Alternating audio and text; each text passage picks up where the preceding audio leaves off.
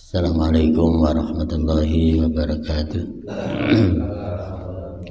Alhamdulillahirabbil alamin. Shalatu wassalamu ala asyrafil mursalin sayyidina wa maulana Muhammadin wa ala alihi wa ashabihi ajmain. Amma ba'du. Pada seluruh jamaah salat subuh rahimakumullah, seperti biasa mari kita awali pengajian ini dengan basmalah. Bismillahirrahmanirrahim. Qala al-mu'allif rahimahullah ta'ala wa nafa'ana bihi bi'ulumi fid dharain amin ya rabbal alamin. Faslun wal igsalu al-masnunatu sab'ata asyara huslan. Al-jum'atu wal idani wal istisqa'u wal kusufu wal khusufu. Bab tentang mandi yang disunahkan dalam syariat Islam. Jadi ada mandi wajib, ada mandi sunnah. Yang kita bahas kemarin yang wajib, sekarang mandi yang disunahkan. Wal aghsalul masnunatu, adapun mandi yang disunahkan sab'ata asyara huslan, ada 17 mandi. Jadi banyak ya. Jadi mandi sunnah itu jumlahnya sampai ada 17. Banyak sekali. Mandi yang disunahkan. Yang pertama al-jumu'atu, mandi Jumu'ah. Kita nyebutnya mandi Jumat, bahasa Arabnya Jumu'ah. Yang pertama mandi Jumu'ah. Yang dimaksud adalah mandi untuk melaksanakan sholat Jum'ah. Jadi orang mau berangkat sholat Jum'ah sebelumnya disunahkan mandi dulu.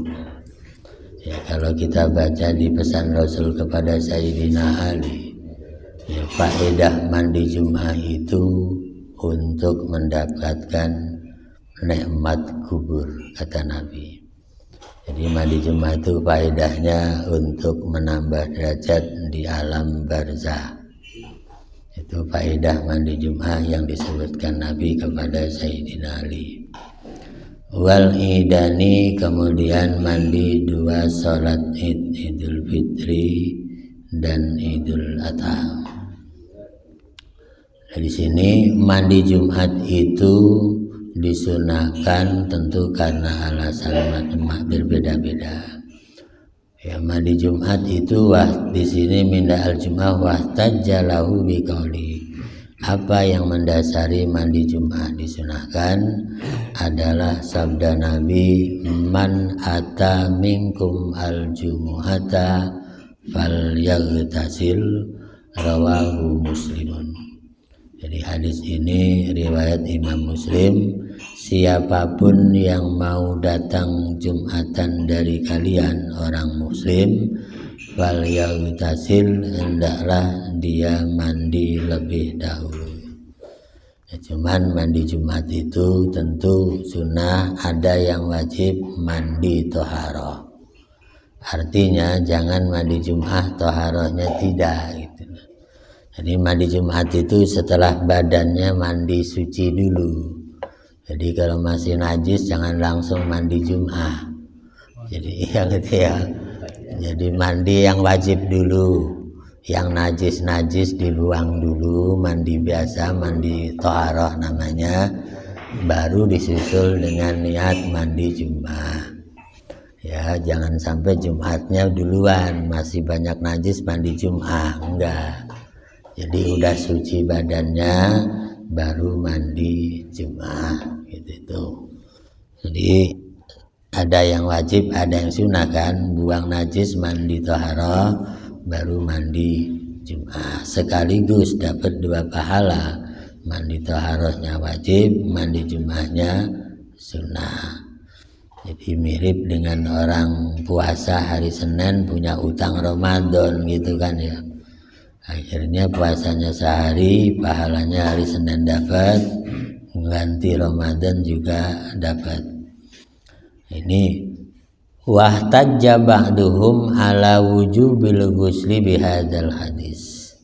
Ya, dengan hadis fal yaghtasil, hendaklah orang itu mandi Nah, di sini ada yang berargumen dengan hadis ini berarti mandi Jum'ah adalah wajib.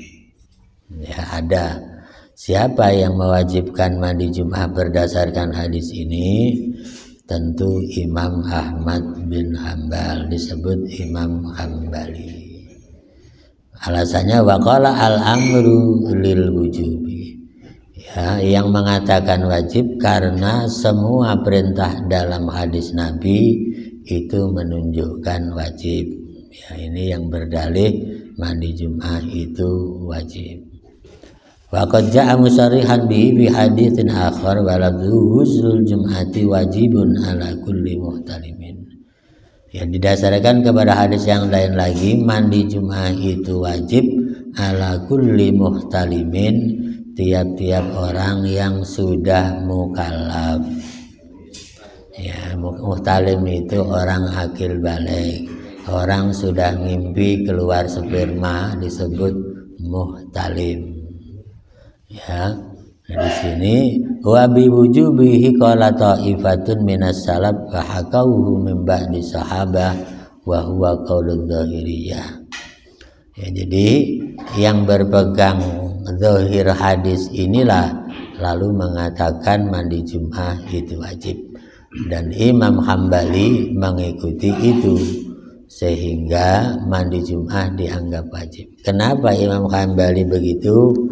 Karena Imam Hambali itu imamnya orang Arab Saudi, ya kan? Orang mazhabnya orang Arab Saudi kan Hambali mayoritas, walaupun Syafi'iyah juga ada, Malikiyah ada. Nah, Imam Hambali kenapa beristihad dengan hadis ini mandi Jum'ah wajib? Karena tradisi orang Saudi itu malas mandi. Ya, jadi orang Arab Saudi itu umumnya malas mandi. Ya, ada teman kuliah di sana itu, punya teman orang sana, berangkat kuliah itu nggak pernah mandi, Pak. Ya, teman-temannya dari Arab Saudi asli, kalau mau kuliah itu pagi nggak mandi, ya, habis subuh udah berangkat kuliah, nggak pakai mandi lagi. Ya, sehingga Imam Hambali berdasarkan hadis itu mewajibkan mandi Jum'ah, khususnya orang-orang Arab pada umumnya.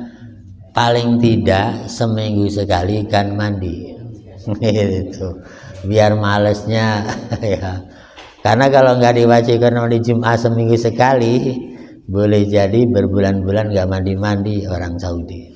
Ya, tapi menarik, orang Saudi walaupun nggak mandi kan memang udaranya beda ya Pak Haji ya, keringatnya nggak bau kayak di Indonesia ya, karena udaranya beda.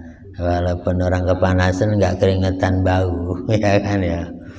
Ya karena disebutnya juga tanah suci, ya kan. Tanah suci itu ya kayak begitulah, udaranya nggak keganggu oleh bau-bau kayak begitu. Walaupun orang haji keringetan segitu banyak kan bau yang nggak enaknya nggak ada ya Pak Haji. Nah, itulah luar biasa. Itu Imam Hambali. Jadi dia mengatakan mandi Jum'ah wajib. Ya, tetapi di sini ya waqala wa madzhabu Syafi'i annahu sunnatun. Sedangkan mazhab Imam Syafi'i mandi Jum'ah itu sunnah. Wa bihi qala jumhurul ulama minas salaf wal khalaf. Dan pendapat ini didukung oleh mayoritas ulama, baik ulama salaf maupun khalaf, masa lalu maupun kekinian. Wa huwal ma'rufu min mazhabi Malik wa ashabi. Dan itulah yang dikenal dari mazhabnya Imam Malik dan ashabu Malik. Wa hujjatul jumhur ahaditsus sahihah. Lalu apa argumen yang mengatakan tidak wajib tapi sunnah? Adalah sabda Nabi, man tawaddu'a yaumal jumu'ati fabiha wa binikmah wa nikmat. Ya, siapa yang berwudu pada hari Jumat fabiha wa nikmat, maka tentu itu indah sekali. Wa man yutasalla fal ghuslu afdal. Siapa yang mandi dari Jumat fal ghuslu afdal, maka mandi itu lebih utama. Ya, qala Nawawi fi hadisin sahih wa min qaulun salam lawi tasaltum yaumal jum'ah. Ya, seandainya kamu mandi Jumat itulah lebih baik. Jadi hadis inilah yang mendasari mandi Jumat itu sunnah bukan wajib. Cuman kalau kita kira-kira milih yang wajib atau milih yang sunnah, mandi Jumat yang wajib katanya, biar Jumatannya pada wangi semua. ya. Dan disitulah ajaran Islam. Ya, kenapa orang Jumatan itu disunahkan mandi dan yang lain-lain? Karena orang Jumatan itu kan berkumpul banyak orang. Setiap perkumpulan banyak orang, Rasulullah selalu menganjurkan meninggalkan bau-bau yang tidak sedap. Itu kebiasaan Rasul. Ini jadi bukan cuma aja, mau kumpul di mana juga memang dianjurkan orang itu dalam keadaan suci dan hilang bau-bau yang tidak sedap. Ya, dan itu Rasul pernah mau datang ke satu pertemuan, Nabi mandi dulu, pakai baju yang terbagus, pakaian yang paling bagus, pakai wewangian. Kemudian Siti Aisyah istrinya negur, "Ya Rasul, bukankah itu pamer?" Kata istrinya ya. Jadi istilah kita mau kondangan lah, bajunya yang terbagus, minyak wangi segala macam. Aisyah negur, "Apakah enggak pamer itu Rasul?" Itu kan, apakah itu bukan riya? Ya. Nabi menjawab, riya itu enggak ada hubungannya dengan hablum minan nas Aisyah. Riya itu hubungannya dengan Allah. Kalau dengan sesama enggak ada kata riya gitu. Ya. Jadi kalau kita sholat pengen dilihat orang baru namanya riya. Ya kan? Tapi kalau kita kondangan pakai pakaian bagus itu disunahkan. Innallaha jamilun yuhibbul jamal. Allah itu maha indah, menyukai yang indah. Kayak gitu.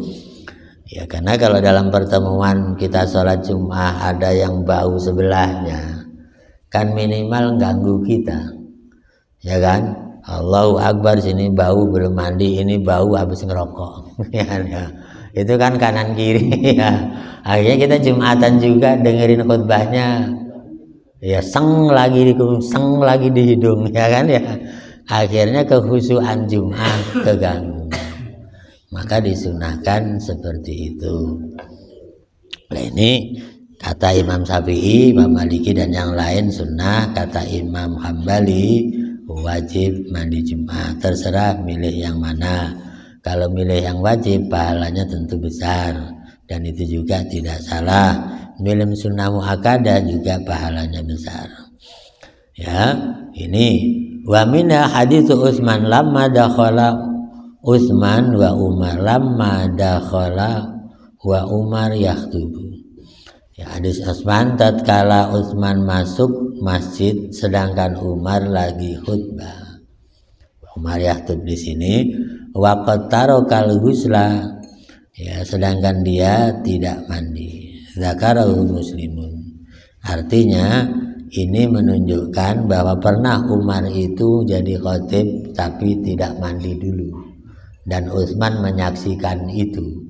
Kemudian hadis Muslim ini disebutkan di dalam berbagai hadis, fa'aqarrahu Umar, ya, kemudian Umar menyetujui itu.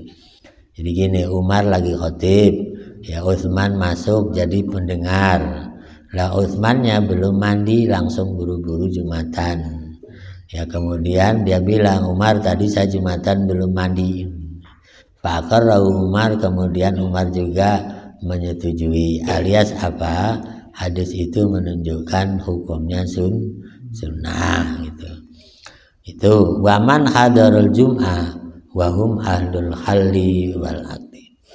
Ya, walau kana wajiban lama tarokahu. Seandainya mandi Jum'ah tadi wajib, tentu Utsman tidak melakukan itu. Makanya Utsman tidak mandi sebagai tanda mandi Jum'ah tidak wajib. Itu ya. Kemudian wala autaro bihi al hadirun. Faidan yahmilul amru alal istishab jam'an bainal adillah Wa yuhmalu lafzatu wajib ala ta'kid kama yuqalu haqquka wajibun alayya ay muta'akkidun. Jadi begini, yang dimaksud tadi kata hadis wajib di situ hanya penekanan. Kalau bahasa kita harus, gitu kan Pak Haji ya. Kita ini kan kadang-kadang kamu harus datang ke rumah saya, wajib nggak? Enggak kan? Enggak. Nah, kata wajib tadi, kata di sini ya maksudnya kayak begitu, ya kan? Sama juga kata haram, ya kan? Ya haram juga kalau orang Arab menyebut haram itu bukan haram beneran, artinya jangan. Ya kan, orang mau nyium hajar aswad haram alaik, itu bukan nyium hajar aswad haram, enggak. Ya, enggak dilarang. Ya itu kan peraturan. Jadi jangan takut keinjek-injek yang lain maksudnya. Jadi haramnya bukan haram hukum haram itu, bukan. Kalau orang Arab nyebut haram itu sehari-hari, bahasa sehari-hari itu cuman jangan. Ya, karena akan ada hal yang membahayakan.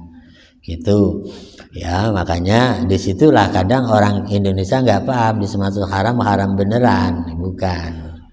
Jadi kalau haram dalam fikih iya beneran, tapi kalau bahasa sehari-hari enggak. Dari sini juga sama ya. Pak Agus nanti saya mau bancakan jam 10, Pak Agus harus datang, harus bener, itu wajib enggak?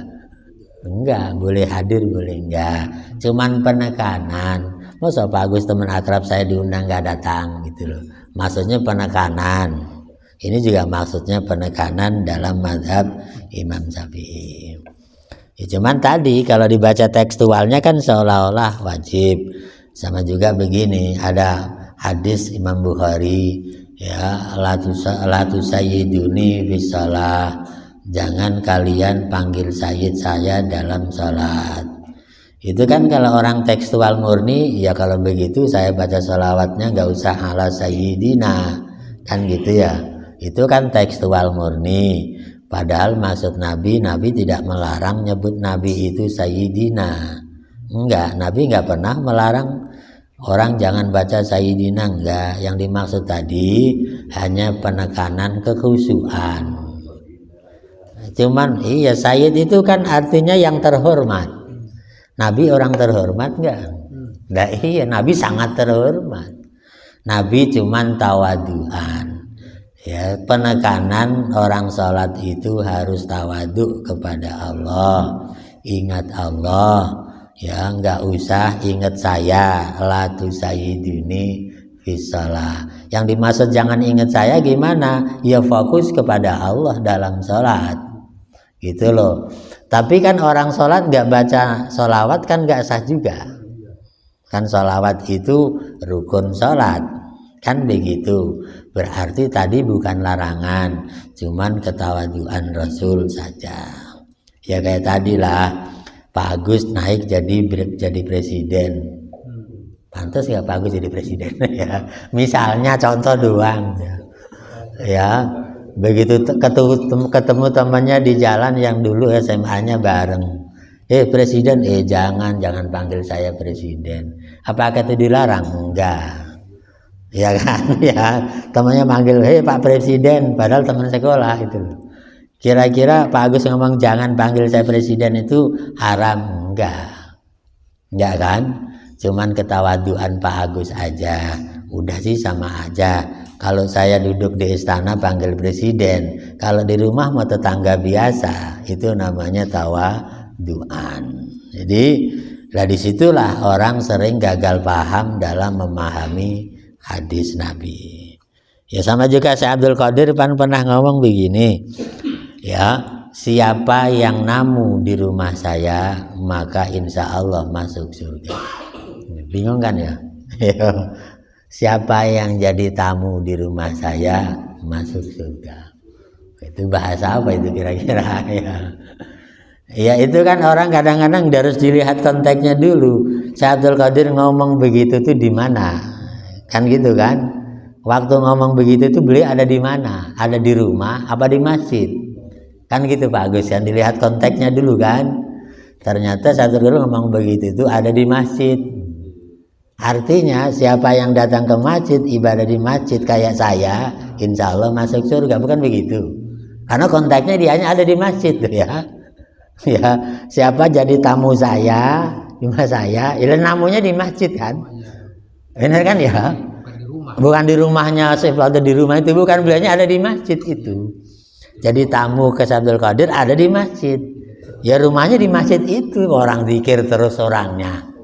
Nah iya, siapa yang zikir terus di masjid kayak saya, ya insya Allah masuk surga gitu kan ya. Udah bener kan ya. Tapi kalau dimaknai di rumahnya beneran kan bisa gagal paham gitu loh. Gara-gara kronologis ucapannya nggak dibaca. Ya sama juga Nabi bilang, siapa yang habis makan daging unta harus wudhu lagi. Kayak begitu kan. Ayo kan bahasa susah dipahami itu. Loh, berarti makan daging unta batal wudhunya. Kan secara tekstual kayak begitu bukan ya? Padahal maksud Nabi nggak begitu. Siapa yang kentut, kentut itu kan baunya kayak daging unta. Ya kan gitu itu. Maksudnya siapa yang kentut harus wudhu lagi. Cuman Nabi nyebut bau daging unta itu tadi. Gitu kan ya. Nah itulah bahasa Rasul yang memang kadang-kadang orang tidak bisa memahami secara utuh.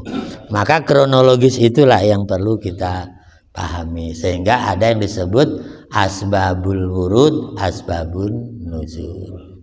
Sebab turun ayat, sebab hadis disampaikan, itu yang menentukan benar salahnya. Nggak bisa dipahami secara tekstual. Ya kadang-kadang tekstual bisa, kadang-kadang harus begitu mendetail. Di sini sama juga mandi tadi itu ada hadis ghuslul jum'ati wajibun ay sunnah muakkadah. Yang dimaksud mandi Jum'ah wajib adalah sunnah muakkadah. Cuman penekanan aja, kalau mau Jumatan kamu harus mandi. Gitu kan ya.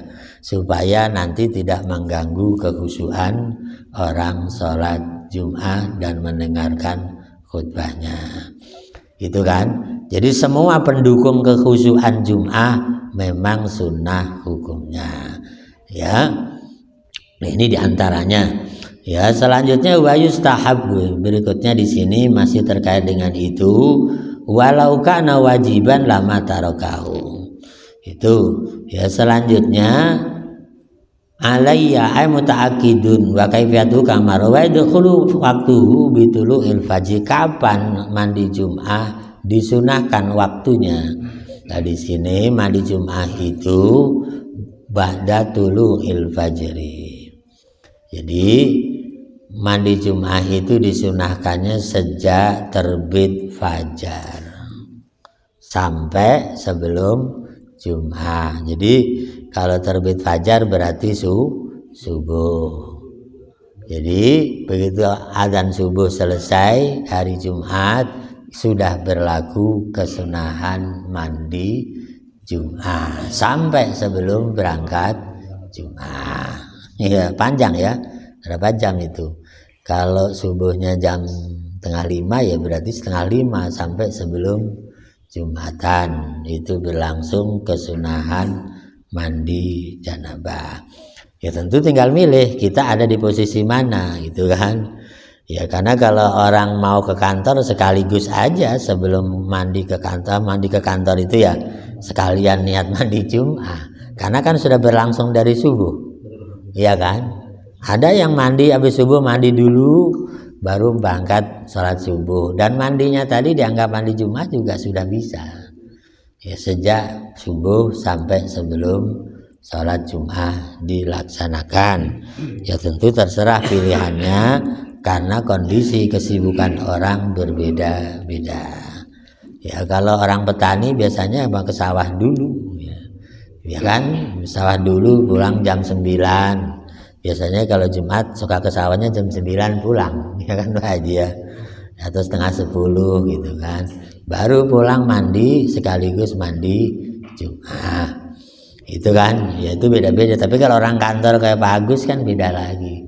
Mandi Jumatnya jam berapa Pak Agus? Ya beda-beda. Ya kok jarang gimana? Jarang mandi.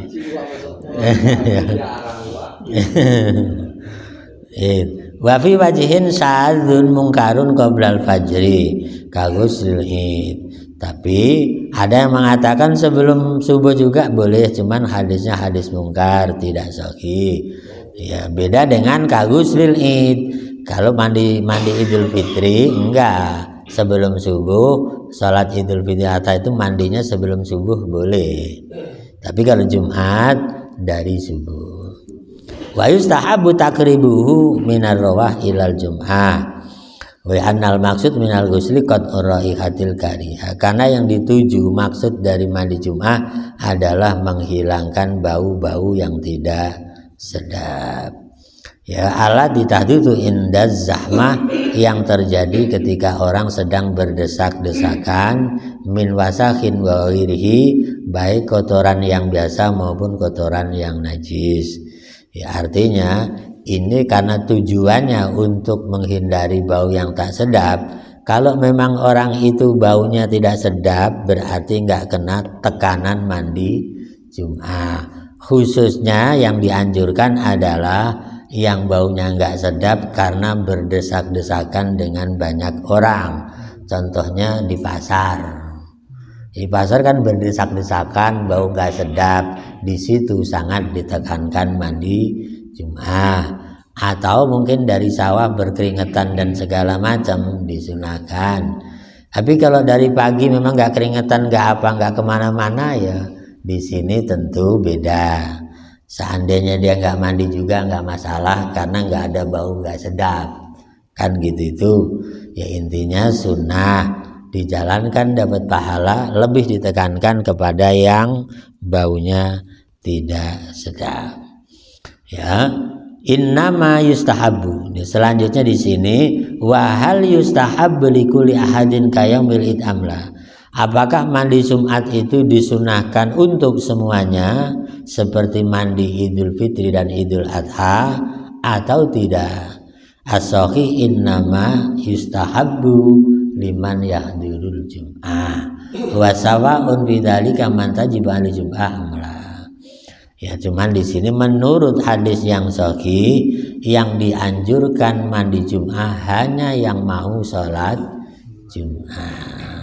Baik yang mau sholat Jum'ah itu orang yang sudah wajib Jum'ah atau belum wajib Jum'ah. Yang penting dia mau Jumatan. Tuh ya. Jadi ini tentu di sini mandi Jum'ah itu beda dengan mandi Idul Fitri. Bedanya apa? Kalau mandi Idul Fitri mau sholat Id atau mau tidur lagi tetap disunahkan mandi Idul Fitri, gitu loh ya. Tapi kalau mandi Jum'ah yang disunahkan yang mau Jumatan. Yang tidak mau Jumatan nggak disunahkan mandi Jum'ah. Ya, yang mau Jumatan itu siapa? Ya mungkin yang sudah wajib Jum'ah kayak kita, atau mungkin anak kita yang belum wajib Jum'ah. Tetap karena mau Jumatan, anak kecil juga disunahkan mandi Jum'ah. Ya makanya biasanya orang tua kalau anaknya masih kecil ikut Jumatan, mandi dulu karena mau Jumatan, walaupun belum wajib Jumatan. Setiap yang mau Jumatan disunahkan mandi Jum'ah. Bagi yang nggak mau Jumatan, nggak disunahkan mandi Jum'ah. Gitu. Jadi beda dengan mandi Idul Fitri. Mau sholat atau nggak mau sholat tetap disunahkan mandi. Kalau Jumat tidak. Ya, gitu. Walau ajnaba bi jima'in aw ghairihi la yabtulu ghusluhu fa yastagsilu lil janabah. Walau ajiza anil ghusli adamil ma aw likuruhin fi badanihi tayammama. Ya, wahazal fadilah. Di sini ada semacam pertanyaan, seandainya ada orang sedang mandi junub karena bersetubuh, ya, atau karena yang lain, layab tulu husluhu, tidak batal mandinya, fayagtasilu lil janabah, dia tetap mandi janabah.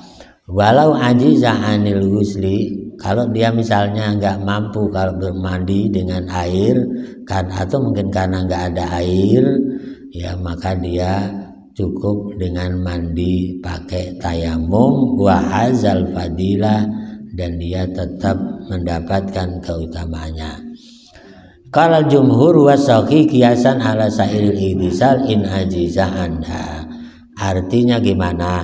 Kalau orang mandi janabah nggak dapat air karena nggak ada air, maka mandi janabah boleh tayamum. Berarti bisa dikiaskan kalau mandi Jum'ah mau mandi nggak ada air, berarti mandi Jum'ahnya boleh tayamum, yaitu cuman mengusap wajah dan dua tangan.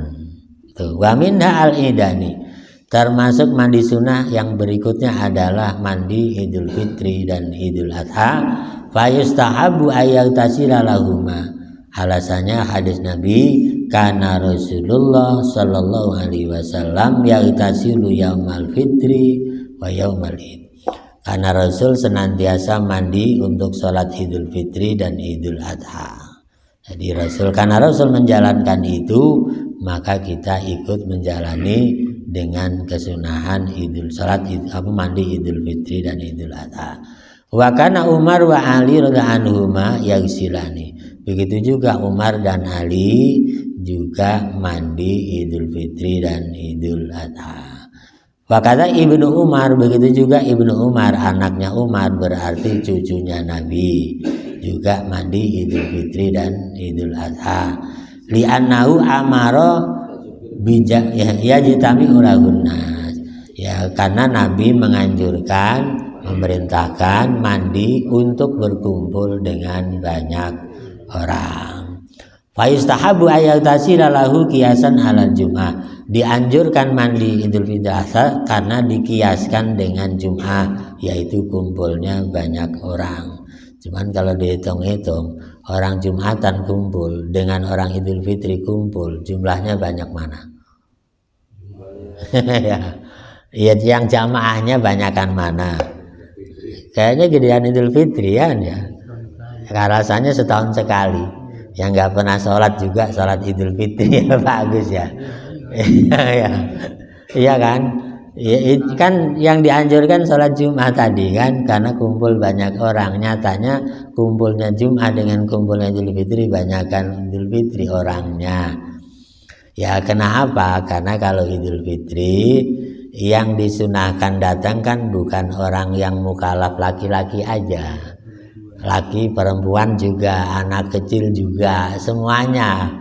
Kalau Idul Fitri kan yang disuruh datang semuanya bagus ya. Kalau Jumat kan yang laki-laki yang sudah mukallaf ya kan. Ya kok tambah dengan anak yang sudah tamyiz lah, tambahnya kan begitu. Itu juga nggak banyak kan. Anak-anak yang ikut Jumatan itu kan paling berapa persen kan? Ada 1%, paling sekitar 1% kan ya, dari jamaah yang hadir. Itu jadi karena sama kumpulnya banyak orang Idul Fitri juga, maka disunahkan mandi dulu agar baunya tidak mengganggu banyak orang. Itu jadi sama. Wa yajuzu ba'dal fajri bila khilaf. Ya, tapi juga boleh mandi Idul Fitri setelah fajar, artinya setelah subuh. Wa qablahu, dan boleh sebelum subuh, ala rajihi menurut pendapat yang diunggulkan. Wa yukhtasu bin nisfil akhir ala rajih, tetapi khusus dianjurkan mulai dari pertengahan akhir dari malam itu. Pertengahan akhir itu artinya di atas jam 12. Namanya pertengahan malam akhir. Ini mutaya nisful akhir ala roji. Jadi jam 12 lewat sudah boleh mandi Idul Fitri dan Idul Adha. Wakila yajuzu fi jami'il lail. Ada yang mengatakan boleh mandi di sepanjang malam itu, dari maghrib sampai subuh juga udah diperbolehkan. Itu sampai sholat idnya. Itu ada yang mengatakan begitu. Aminda al-istisqa. Di antara mandi sunnah lagi adalah mandi istisqa. Ini istisqa. Istisqa itu sholat istisqa, minta hujan. Jadi fa yusta'abu aytasira lahu ajli qad irrawaihi. li'annahu mahallun yusra'u fihal istima' fa usbihal jum'ah. Jadi orang mau sholat istisqa sebelumnya disunahkan mandi dulu, namanya mandi untuk sholat istisqa. Alasannya li ajli qat'ir rawahi, sama agar tidak ada bau yang tidak sedap karena di sana juga kumpul banyak orang. Selanjutnya al-kusuf, mandi untuk sholat gerhana, baik gerhana matahari maupun gerhana bulan. Ya, wa yuqalu fihi ma kusufun wa khusufun. Kalau kusuf gerhana bulan, kalau khusuf gerhana matahari, kalau khusuf gerhana bulan. Ya, kita mau sholat gerhana sebelumnya disunahkan mandi untuk sholat gerhana. Idza dhahaba daw'u syamsi wal qamar, kapan itu? Ketika sinar matahari dan bulan hilang. Hilang itu artinya enggak kelihatan. Wa qila al kusuf li syamsi wal khusuf lil qamar. Ya, jadi mau sholat gerhana kita disunahkan mandi dulu karena kumpul banyak orang juga. Nah, cuman sholat gerhana ini yang agak berat ya. Berat itu ya karena jarang-jarang ada gerhana kan. Sholat gerhana itu kan suratnya Al-Baqarah sama Ali Imran. Ya. Kalau rakaat pertama Al-Baqarah, rakaat kedua Ali Imran, dibaca semua berapa waktunya Pak Haji? Kayaknya kakinya Pak Agus. Ya, kakinya bisa begini. Ya karena Al-Baqarahnya 2 juz setengah. Ya kan? Ali Imrannya 2 juzan. Berarti bisa ada sejam lebih Pak Haji. Ya, 2 jam. Kuat gak berdiri klok dengkulnya bisa begini. Ya itu kalau mengikuti aturan aslinya. Tapi kan dalam ibadah itu enggak ada paksaan, la yukallifullahu nafsan illa wus'aha. Jadi kalau misalnya satu Al-Baqarah sempurna enggak kuat, ya separuhnya. Kalau enggak kuat ya dikurangi lagi. Gitu kan? Ya, sekuatnya. Makanya Kiai Abdul Latif Cilegon itu nulis buku salat gerhana boleh pakai al-hakumut ke bawah. Ya Pak Haji ya. Kayaknya kalau al-hakumut ke bawah mah kuat lah. Ya bagus ya. Al-hakumut ke bawah mah insya Allah kuat. Ya saya kan pernah dulu ikut salat gerhana di Masjid At-Taurah. Imamnya kan teman itu Ustaz Muflih yang qori tahfidz internasional itu kan. Wala dia mah apa lah jamaahnya yang kasihan. Ya kan karena dia seorang hafidz juara internasional lah iya. Suaranya mau enak cuman karena panjang. Ya awal sholat mah penuh Masjid Al-Taurah itu. Begitu jam 7:30, waduh belum juga dapat 1 rakaat kan. Akhirnya yang mau kerja ke KS kemana-mana bubar semua bagus. Ya begitu akhir sholat udah tinggal sebaris di depan doang. Ya intinya tadi kan kita sholat itu bagus, tapi kalau di luar kemampuan ya tidak bagus kan. Akhirnya jamaahnya bubar tinggal 1 shop. Ya itu ya karena di sini bukan di Masjidil Haram. Kalau Masjidil Haram mau sampai selesai juga nggak ada yang beranjak karena orang datang ke sana kan antara umroh dengan haji. Memang khusus mau ibadah, mau berapa jam juga diikuti aja kan. Lah ini yang mau kerja gimana? Ya kan. Kalau di sini kan mau kerja orang. Lah nanti bisa nggak kerja dianya. Ya perhitungannya kerja cari rezeki wajib, sholatnya sunnah. Tentu dimenangkan yang wajib kan kayak begitu Pak Haji ditinggalin kan. Pada pergi ada yang waduh lama amat ya. Akhirnya lama-lama pada meninggalkan jamaah itu. Ya makanya kalau begitu boleh enggak kalau kita misalnya jamaah lama begitu kemudian kita memfaraqah? Ya boleh karena tadi perhitungannya wajib tetap lebih tinggi dari yang sunnah.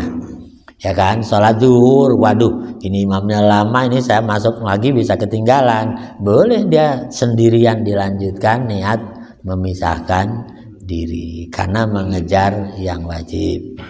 Itu kan, jadi kondisi kayak begitu itu boleh. Ya wa sunnatu ayyautasila lahuma li annahuma sholatun yusra'ul ijtima, karena sholat tersebut dianjurkan orang berkumpul.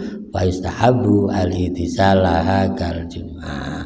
Ya, ini mandi yang disunahkan, mandi Jum'ah, kemudian mandi istisqa dan mandi dua sholat Idul Fitri dan Idul Adha, juga mandi untuk sholat gerhana. Inilah dapat dibacakan sebagian, mudah-mudahan ada manfaatnya. Terima kasih dan mohon maaf. Assalamualaikum warahmatullahi wabarakatuh.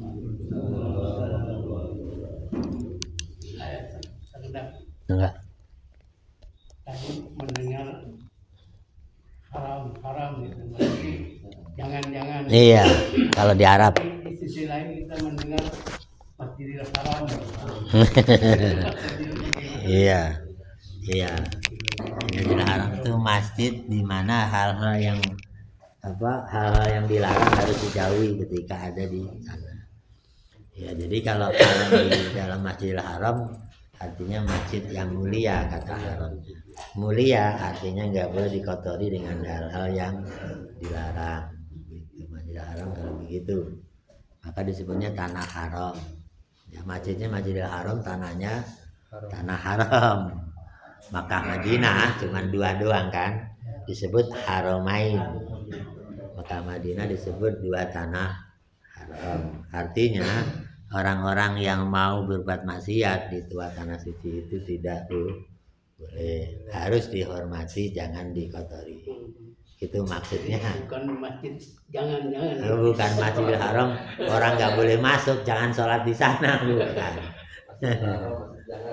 Iya, makanya hal-hal yang dilarang, misalnya orang kafir mau masuk Masjidil Haram nggak boleh, karena dia bukan orang suci.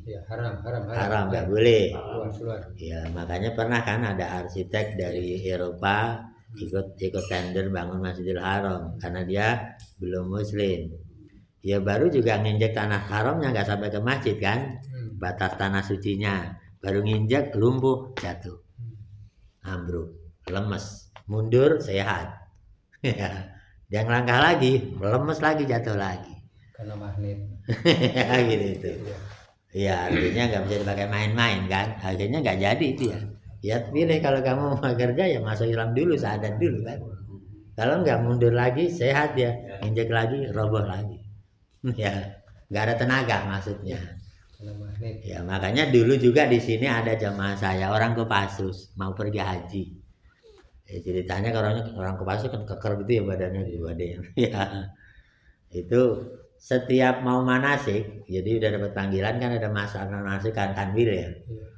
Ya begitu subuh mandi hari Minggu mau berangkat manasik, ngidupin mobil mau jalan, lemes, nggak ada tenaga.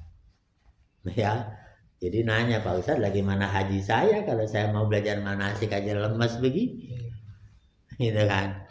Akhirnya ya berarti Anda persiapannya belum lengkap, masih ada yang haram di tubuhmu yang itu. Ya, saya bilang jujur, di tubuhmu ada apa? Kan saya nanya gitu. Ya, akhirnya dia jujur, ya Pak Ustadz saya masih punya ini batu segini ini dibungkus. Apa kata Pak Haji, jimat barang siji di rumah. Jimat barang siji di rumah, namanya jimat. Ya kan ya. Ya jimat itu kan banyak di rumah itu dipelihara ya Pak Haji. Dia bawa batu sini, Pak Ustadz, apa itu? Dulu saya waktu jadi mau perang di Timur ya, mau perang Timur, saya minta itu ke Gunung Karang, yang di atas Gunung Karang, minta itu, dikasih batu itu segini di iya, di batu karang, dari Gunung Karang. Ya, akhirnya bener Pak Ustadz, saya itu ya di atas istirahat apa-apa. Oh gitu. Jadi saya di Timur itu diserang tentara Fretilin itu nggak mempan, ditembakin juga nggak mempan saya. Itu kata dia. Percaya dia. Iya, dia percaya itu kan. Ya, udah kalau begitu Pak, kalau Bapak pengen haji, di sana kan tanah haram. Pak Haji itu juga sama, mau datang ke tanah haram. Nggak boleh bawa-bawa kemusyrikan kayak begitu itu. Terus dilepas. Ya, terus gimana Pak? Atau dipulangin dia datang lagi ke Gunung Karang. Ya, dia sampai ke Gunung Karang, ini gerbang rumahnya di dalam kan. Baru sampai gerbang itu dia belum salam belum apa gerbang. Udah ada di depan orangnya itu yang ngasih. Udah di depan gerbang itu. Nunggu ya. Iya, dan nunggu di situ. Kuncinya. Iya, kuncinya itu. Kamu mau apa? Mau pulangin batu ya? Iya. Lihat di tanganmu udah nggak ada. Tadi kan dipegangin. Iya. Ketemu tadi itu. Mau ngapain? Mau pulangin ini Pak? Ya udah. Lihat di tanganmu ada nggak? Bukan, udah nggak ada. Udah ada di tangan dia. Udah ada di tangan dia yang di gerbang itu. Ya. Setelah dia kembalikan ya baru dia bisa manasik sampai haji. Gitu. Jadi tanah haram itu bener. Orang nggak boleh macam-macam ke sana dan niat ini kemusyrikan segala harus dibuang jauh-jauh. Kalau nggak lemes tadi itu ya. Ya artinya di fisiknya ada yang dilarang. Gitu. Nggak boleh masuk tanah haram dia membawa hal-hal kayak begitu. Itu contohnya lah tadi. Jadi Masjidil Haram bukan masjid orang nggak boleh sholat ya. Takut di Masjidil Haram, Masjid Haram dimasukin bukan. Iya. Hal-hal yang sifatnya haram nggak boleh ke sana. Ya.